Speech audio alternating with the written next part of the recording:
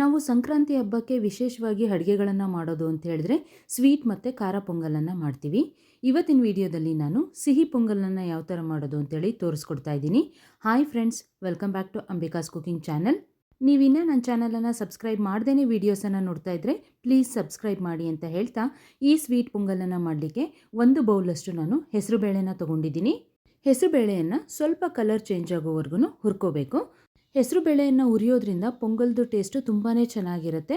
ನಮಗೆ ಅಷ್ಟೊಂದು ಟೈಮ್ ಇಲ್ಲ ಅನ್ನೋದಾದರೆ ನಾವು ಹಾಗೆ ಕೂಡ ಹಾಕ್ಕೊಂಡು ಮಾಡ್ಕೋಬೋದು. ಇಲ್ಲಿ ನಾನು ಸ್ವಲ್ಪ ಕಲರ್ ಚೇಂಜ್ ಆಗೋವರೆಗೂ ಹೆಸರುಬೇಳೆನ ಹುರ್ಕೊಂಡು ಅದನ್ನು ಒಂದು ಬೌಲಿಗೆ ಟ್ರಾನ್ಸ್ಫರ್ ಮಾಡ್ಕೊಳ್ತಾ ಇದ್ದೀನಿ. ನಂತರ ಎಷ್ಟು ಹೆಸರುಬೇಳೆ ತೊಗೊಂಡಿದ್ನೋ ಅಷ್ಟೇ ಪ್ರಮಾಣದಲ್ಲಿ ಅಕ್ಕಿನೂ ಕೂಡ ತೊಗೊಂಡು 2ರಿಂದ 3 ಬಾರಿ ತೊಳೆದು ಇದನ್ನು 15ರಿಂದ 20 ನಿಮಿಷಗಳ ಕಾಲ ನೆನೆಸಿ ಇಡಬೇಕಾಗತ್ತೆ. ಅಕ್ಕಿ ಮತ್ತು ಬೇಳೆಯನ್ನು ನೆನೆಸೋದ್ರಿಂದ ತುಂಬ ಸಾಫ್ಟಾಗಿ ಬೇಯುತ್ತೆ. ಇವಾಗ ನೆನೆಸಿರುವಂತಹ ಬೇಳೆ ಮತ್ತು ಅಕ್ಕಿಯನ್ನು ಕುಕ್ಕರಿಗೆ ಟ್ರಾನ್ಸ್ಫರ್ ಮಾಡಿಕೊಂಡು ಬೇಯಿಸ್ಕೊಳ್ತಾ ಇದ್ದೀನಿ. ನಾನಿಲ್ಲಿ ಸೋನಾ ಮಸೂರಿ ಅಕ್ಕಿಯನ್ನು ಉಪಯೋಗಿಸಿದ್ದೀನಿ. ಇದ್ರ ಬದಲಾಗಿ ನಾವು ರೇಷನ್ ಅಕ್ಕಿ ಕೂಡ ಉಪಯೋಗಿಸಿ ಮಾಡ್ಬೋದು. ರುಚಿ ತುಂಬಾ ಚೆನ್ನಾಗಿರುತ್ತೆ. ಬೇಳೆ ಮತ್ತು ಅಕ್ಕಿಯನ್ನು ಬೇಯಿಸಲಿಕ್ಕೆ ಇಲ್ಲಿ 5 ಬೌಲಷ್ಟು ನಾನು ನೀರನ್ನು ಹಾಕ್ಕೊಳ್ತಾ ಇದ್ದೀನಿ. ಅಂದರೆ 1 ಬೌಲಷ್ಟು ಹೆಸರುಬೇಳೆ ತೊಗೊಂಡಿದ್ದೀನಿ, 1 ಬೌಲಷ್ಟು ಅಕ್ಕಿ ತೊಗೊಂಡಿದ್ದೀನಿ. ಟೋಟಲಾಗಿ 2 ಬೌಲಿಗೆ ನಾನು 5 ಬೌಲಷ್ಟು ನೀರನ್ನು ಹಾಕಿ ಅರ್ಧ ಟೀ ಸ್ಪೂನಷ್ಟು ತುಪ್ಪವನ್ನು ಸೇರಿಸಿ 4 ವಿಸಲ್ ಕೂಗಿಸ್ಕೊಳ್ತಾ ಇದ್ದೀನಿ. ತುಪ್ಪವನ್ನು ಹಾಕೋದ್ರಿಂದ ಬೇಳೆ ತುಂಬ ಚೆನ್ನಾಗಿ ಬೇಯುತ್ತೆ. ಬೆಂದಿರೋಂತಹ ಅಕ್ಕಿ ಬೇಳೆಯನ್ನು ಚೆನ್ನಾಗಿ ಒಂದ್ಸಲ ಮ್ಯಾಶ್ ಮಾಡ್ಕೋಬೇಕು. ಮ್ಯಾಶ್ ಮಾಡ್ಕೊಂಡು ನಂತರ ಇದನ್ನು ಪಕ್ಕಕ್ಕೆ ಎತ್ತಿಟ್ಕೊಂಡು ಇವಾಗ ಬೆಲ್ಲನ ಕರಗಿಸ್ಕೊಳ್ತಾ ಇದ್ದೀನಿ. ಬೆಲ್ಲನ ಕರಗಿಸ್ಕೊಳ್ಳಿಕ್ಕೆ ಒಂದು ಪ್ಯಾನಿಗೆ 2 ಬೌಲಷ್ಟು ಬೆಲ್ಲನ ಹಾಕ್ಕೊಳ್ತಾ ಇದ್ದೀನಿ. ಅಂದರೆ 1 ಅಳತೆಗೆ 1ರಷ್ಟು ನಾನು ಬೆಲ್ಲನ ತೊಗೊಂಡಿದ್ದೀನಿ. ಅರ್ಧ ಬೌಲಷ್ಟು ನೀರನ್ನು ಸೇರಿಸಿ ಇದನ್ನು ಕರಗಿಸ್ಕೊಳ್ತಾ ಇದ್ದೀನಿ. ಏನು ಕಸರು ಇಲ್ಲದೆ ಇರೋಂತಹ ಬೆಲ್ಲ ಇತ್ತು ಅಂತೇಳಿದರೆ ಡೈರೆಕ್ಟಾಗಿ ಉಪಯೋಗಿಸ್ಕೋಬೋದು. ಏನಾದ್ರು ಕಸರು ಇದೆ ಅನ್ನೋದಾದರೆ ಈ ಥರ ಕರಗಿಸಿ ಹಾಕ್ಕೊಳ್ಳೋದ್ರಿಂದ ನಾವು ಕಸರನ್ನು ಸಪ್ರೇಟ್ ಮಾಡ್ಕೋಬೋದು. ಇವಾಗ ಬೆಲ್ಲ ಕರಗಿದೆ, ಇದನ್ನು ಕೂಡ ಪಕ್ಕಕ್ಕೆ ಎತ್ತಿಟ್ಕೊಳ್ತಾ ಇದ್ದೀನಿ. ನಂತರ ಒಂದು ಬಾಣಲೆಗೆ ನಾನು 2 ಟೇಬಲ್ ಸ್ಪೂನಷ್ಟು ತುಪ್ಪನ ಸೇರಿಸ್ಕೊಳ್ತಾ ಇದ್ದೀನಿ. ತುಪ್ಪ ಕರಗಿದ ನಂತರ 10ರಿಂದ 12ರಷ್ಟು ಗೋಡಂಬಿಯನ್ನು ಹುರ್ಕೊಳ್ತಾ ಇದ್ದೀನಿ. ಗೋಡಂಬಿ ಸ್ವಲ್ಪ ಕಲರ್ ಚೇಂಜ್ ಆದ ನಂತರ ನಾವು ದ್ರಾಕ್ಷಿಯನ್ನು ಸೇರಿಸ್ಕೋಬೇಕು. ದ್ರಾಕ್ಷಿ ಮತ್ತು ಗೋಡಂಬಿಯನ್ನು ಒಟ್ಟಿಗೆ ಹಾಕಿದರೆ ದ್ರಾಕ್ಷಿ ಬೇಗ ದಪ್ಪ ಆಗಿಬಿಡುತ್ತೆ, ಗೋಡಂಬಿಯನ್ನು ಫ್ರೈ ಆಗಿರೋದಿಲ್ಲ. ಸೊ ಹಾಗಾಗಿ ಮೊದಲು ಗೋಡಂಬಿಯನ್ನು ಹಾಕಿ ಹುರ್ಕೊಂಡು ನಂತರ ನಾವು ದ್ರಾಕ್ಷಿನ ಸೇರಿಸ್ಕೋಬೇಕು. ಅಥವಾ ಗೋಡಂಬಿಯನ್ನು ಹುರಿದು ತಕ್ಕೊಂಡು ನಂತರ ದ್ರಾಕ್ಷಿನ ಹುರ್ಕೋಬೋದು.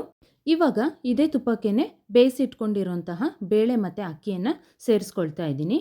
ಮತ್ತು ಕರಗಿಸಿ ಇಟ್ಕೊಂಡಿರೋಂತಹ ಬೆಲ್ಲನೂ ಕೂಡ ಸೋಸ್ಕೊಳ್ತಾ ಇದ್ದೀನಿ. ಸೋಸ್ಕೊಂಡಾದಮೇಲೆ ಇದಕ್ಕೆ 1 ಬೌಲಷ್ಟು ನಾನು ಹಾಲನ್ನು ಹಾಕ್ಕೊಳ್ತಾ ಇದ್ದೀನಿ. ನಾನಿಲ್ಲಿ ಕಾಯಿಸಿ ಆರಿಸಿರೋಂಥ ಹಾಲನ್ನು ಉಪಯೋಗಿಸ್ತಾ ಇದ್ದೀನಿ. ಹಾಲನ್ನು ನಾವು ಬೇಳೆ ಬೇಯಿಸುವಾಗ ಬೇಕಾದರೂ ಹಾಕ್ಕೋಬೋದು ಅಥವಾ ಇವಾಗ ಪಾಯಸ ಮಾಡುವಾಗ ಬೇಕಾದ್ರೂ ಸಹ ಹಾಕ್ಕೋಬೋದು. ಹಾಲಿನ ಪ್ರಮಾಣ ನಾವು ಹೆಚ್ಚು ಕಡಿಮೆ ಮಾಡ್ಕೋಬೋದು. 1 ಬೌಲ್ ಬದಲಾಗಿ ನಾವು 2 ಬೌಲ್ ಬೇಕಾದರೂ ಉಪಯೋಗಿಸ್ಕೋಬೋದು. ಆವಾಗ 1 ಬೌಲಷ್ಟು ನೀರನ್ನು ಕಡಿಮೆ ಹಾಕ್ಕೋಬೇಕಾಗತ್ತೆ. ಅಂದರೆ ನಮಗೆ 1 ಬೌಲಿಗೆ 3 ಬೌಲಷ್ಟು ನಮಗೆ ನೀರು ಮತ್ತು ಹಾಲು ಬೇಕಾಗುತ್ತೆ. ಟೋಟಲಾಗಿ ನಾನಿಲ್ಲಿ 6 ಬೌಲಷ್ಟು ನೀರು ಮತ್ತು ಹಾಲನ್ನು ಉಪಯೋಗಿಸಿದ್ದೀನಿ. ಇವಾಗ ಚೆನ್ನಾಗಿ ಒಂದ್ಸಲ ಮಿಕ್ಸ್ ಮಾಡ್ಕೊಂಡ ನಂತರ 2 ಟೇಬಲ್ ಸ್ಪೂನಷ್ಟು ತುರಿದಿರುವಂಥ ಒಣ ಕೊಬ್ಬರಿನ ಸೇರಿಸ್ಕೊಳ್ತಾ ಇದ್ದೀನಿ. 2ರಿಂದ 3 ನಿಮಿಷಗಳ ಕಾಲ ಇದನ್ನು ಮೀಡಿಯಂ ಟು ಲೋ ಫ್ಲೇಮ್ನಲ್ಲಿ ಕುದಿಸ್ಕೊಳ್ತಾ ಇದ್ದೀನಿ. ಕುದಿಸ್ಕೊಳ್ಳುವಾಗ ಮಧ್ಯದಲ್ಲಿ ತಿರುಗಿಸ್ತಾ ಇರಬೇಕು. ಇಲ್ಲ ಅಂತ ಹೇಳಿದ್ರೆ ಹೆಸರುಬೇಳೆ ಹಾಕಿರೋದ್ರಿಂದ ತಳ ಹಿಡಿದ್ಬಿಡುತ್ತೆ. ಸೊ ಹಾಗಾಗಿ ತಿರುಗಿಸ್ಕೊಳ್ತಾ ಕುದಿಸ್ಕೋಬೇಕು. ಕುದಿಸ್ಕೊಂಡ ನಂತರ ಕೊನೆಯಲ್ಲಿ ಇದಕ್ಕೆ ಮತ್ತೆ 1 ಟೇಬಲ್ ಸ್ಪೂನಷ್ಟು ತುಪ್ಪನ ಹಾಕ್ಕೊಳ್ತಾ ಇದ್ದೀನಿ. ಅರ್ಧ ಟೀ ಸ್ಪೂನಷ್ಟು ಏಲಕ್ಕಿ ಪುಡಿಯನ್ನು ಸೇರಿಸಿ ಚೆನ್ನಾಗಿ ಒಂದ್ಸಲ ಮಿಕ್ಸ್ ಮಾಡ್ಕೋಬೇಕು. ಸ್ವೀಟ್ ಪೊಂಗಲ್ಗೆ ತುಪ್ಪ ಸ್ವಲ್ಪ ಜಾಸ್ತಿ ಇದ್ದರೆ ರುಚಿ ಚೆನ್ನಾಗಿರುತ್ತೆ. ಇಷ್ಟೊಂದು ಉಪಯೋಗಿಸ್ಲಿಕ್ಕೆ ಇಷ್ಟ ಇಲ್ಲದೆ ಇರೋರು ಸ್ಕಿಪ್ ಮಾಡ್ಬೋದು. ತುಪ್ಪ ಮತ್ತು ಏಲಕ್ಕಿ ಪುಡಿಯನ್ನು ಹಾಕಿದ ನಂತರ 1 ಕುದಿ ಕುದಿಸ್ಕೊಂಡು ಸ್ಟವನ್ನು ಆಫ್ ಮಾಡಿದ್ರೆ ಸ್ವೀಟ್ ಪೊಂಗಲ್ ರೆಡಿಯಾಗಿರುತ್ತೆ. ಪೊಂಗಲ್ ಮಾಡುವಾಗ ಅಕ್ಕಿ ಮತ್ತು ಬೇಳೆ ಪ್ರಮಾಣನ ಒಬ್ಬೊಬ್ಬರು ಒಂದೊಂದು ಥರ ಉಪಯೋಗಿಸ್ತಾರೆ. ಅಂದರೆ 1 ಅಳತೆ ಅಕ್ಕಿಗೆ ಅರ್ಧ ಅಳತೆಯಷ್ಟು ಬೇಳೆಯನ್ನು ಉಪಯೋಗಿಸಿ ಕೂಡ ಮಾಡ್ತಾರೆ. ನೀವು ಯಾವ ಪ್ರಮಾಣದಲ್ಲಿ ಅಕ್ಕಿ ಮತ್ತು ಬೇಳೆಯನ್ನು ಉಪಯೋಗಿಸಿ ಪೊಂಗಲನ್ನು ಮಾಡ್ತೀರಾ ಕಮೆಂಟ್ ಬಾಕ್ಸಲ್ಲಿ ತಿಳಿಸಿ. ಈ ವಿಡಿಯೋ ನಿಮಗೆ ಇಷ್ಟ ಆಗಿದ್ದರೆ ಲೈಕ್ ಮಾಡಿ, ಶೇರ್ ಮಾಡಿ, ಹಾಗೆ ಕಮೆಂಟ್ ಮಾಡಿ. Thank you for watching this video. ಮತ್ತೆ ಇನ್ನೊಂದು ವಿಡಿಯೋದಲ್ಲಿ ಹೊಸ ರೆಸಿಪಿಯೊಂದಿಗೆ ಸಿಗ್ತೀನಿ.